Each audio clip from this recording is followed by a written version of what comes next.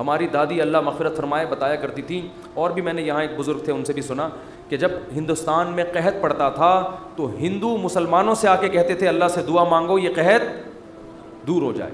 तो जब सख्त मुसीबत आती है, मैंने एक दफ़ा जहाज़ में सफ़र कर रहा था, तो कराची से हम पता नहीं इस्लामाबाद या लाहौर, तो क्या हुआ है जहाज़ में अक्सर लिबरल किस्म के लोग बैठे होते हैं, अक्सर, ज़्यादातर नहीं अक्सर, जो अल्लाह को ज़रा कम ही याद करते हैं, ज़रा मॉडर्न किस्म के लोग होते हैं ना, जहाज़ में पैसा होता है तो, वरना वो ट्रेन से, नेक आदमी होता तो ट्रेन से जा रहा होता ना, या बस से जा रहा होता बेचारा, छत पे बैठ के जा रहा होता पैसा आता है तो दीन अक्सर चला जाता। तो अक्सर जहाज़ में देखा है लिबरल, एयरपोर्ट पे ही स्टाइल पता चल जाता है।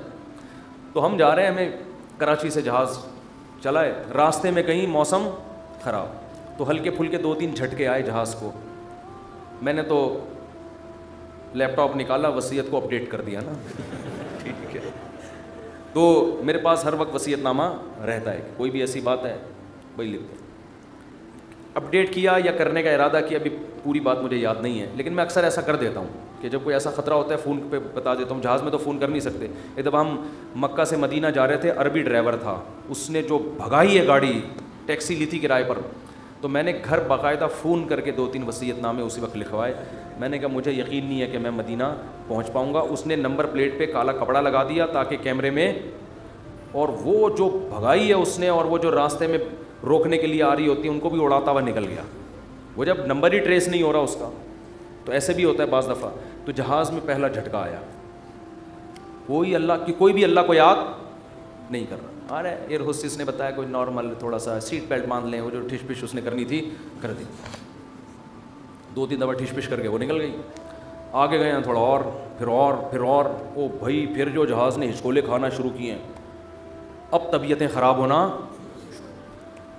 वो जो ऊपर से चीज़ें गिरना शुरू हो गई ना मुझे जुनैद जमशेद याद आया। मैंने कहा अल्लाह बचा ले तो ज़्यादा खुशी होगी, बच जाएं तो बाकी तेरे हाथ में। मांगनी तो अल्लाह से आफियत चाहिए ना, अल्लाह ज़िंदगी देते, हम तो मोहताज है ना। अल्लाह के सामने फंटरगिरी नहीं, अल्लाह तेरी मर्जी, मारने मार दे, मैं मौत से थोड़ी डरता हूँ। ये भी बाज़ लोग कर रहे होते हैं, मैं मौत से डरता वरता नहीं हूँ, ये नहीं अल्लाह को पसंद है।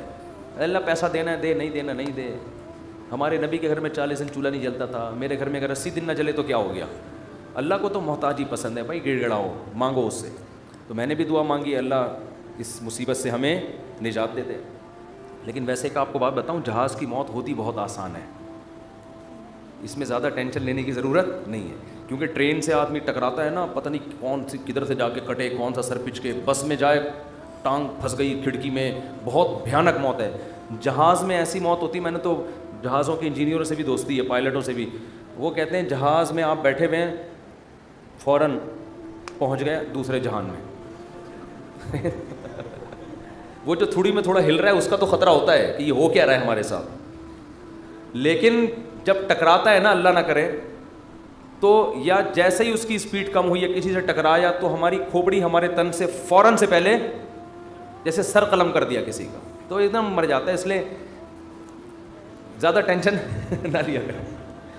तो अब वो जब हिलना शुरू हुआ, तो शुरू में तो लोग एंजॉय कर रहे हैं भाई, कोई अखबार पढ़ रहा है, कोई क्या कर रहा है, कोई वीडियो गेम खेल रहा है, कोई फिल्म देख रहा है, जो भी मोबाइल पे लगे हुए हैं। जब ज़्यादा हिलना शुरू हुआ है ना, तो अल्लाह अल्लाह की आवाज़ें आना शुरू। मैंने कहा अब देखो ये इंसान कितना नालायक है, अल्लाह ने इतने झटके दिए, अब बोल अल्लाह नहीं, अभी तक नहीं। अखबार, पबजी, ये सब चीज़ें चल रही। वो जब चीज़ें गिरना, वो एयर होस्टेस वो जो पानी वानी लेकर आती है ना, वो भी धड़ाम से इधर को नीचे, जब इतनी हालत हुई है, वो एयर होस्टेस बोली एक्चुअली कुछ भी नहीं, कुछ भी नहीं, कुछ भी नहीं। लोगों को पता है कि इनको तो ये सिखा के भेजा जाता है कि कुछ भी हो जाए आपने बोलना है कि कुछ नहीं हुआ, क्योंकि इनको तो तनख्वाह इस चीज़ की मिल रही है ना। क्योंकि अब अगर कुछ हो या ना हो, आपके चीखने से होने वाला कुछ भी नहीं है। तो ये जहाज़ के अमले को सिखाया जाता है कि चाहे तबाह भी हो जाए ना, कुछ भी हो जाए, आपने यही बोलना है कि टेंशन लेने का नहीं है। वो 50-50 की तरह बिल्कुल, कि वो कमेंट्री कर रहा है, सलीमुल्लाह बहुत अच्छा खेल रहा है, बहुत अच्छा खेल रहा है। लोग कह रहे हैं मैं ये कहाँ खेल रहा है हॉकी में, कह रहे हैं बहुत, मैं तो ये बोलूँगा ये बहुत अच्छा खेल रहा है। जो ऑडियंस बैठे हुए थे तमाशाई, उन्होंने कहा हम जा रहे हैं, उसने कहा जहन्नम में जाओ तुम लोग, लेकिन ये बहुत अच्छा खेल रहा है।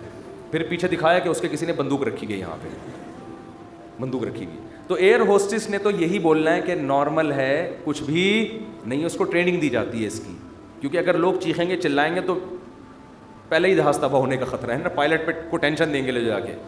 तो अब क्या है कि जी वो जब 2 घंटे में ज़्यादा ही हो गया, अब चीज़ें गिरना शुरू हो गई, तो फिर सबको अल्लाह याद आना शुरू, फिर ला इलाहा इल्लल्लाह, फिर ला इलाहा, ख़त्म नबूवत का क़ीदा जिंदाबाद। कोई भरोसा नहीं था, तहफ़्फ़ुज़ ख़त्म नबूवत के नारे लगना शुरू हो जाए।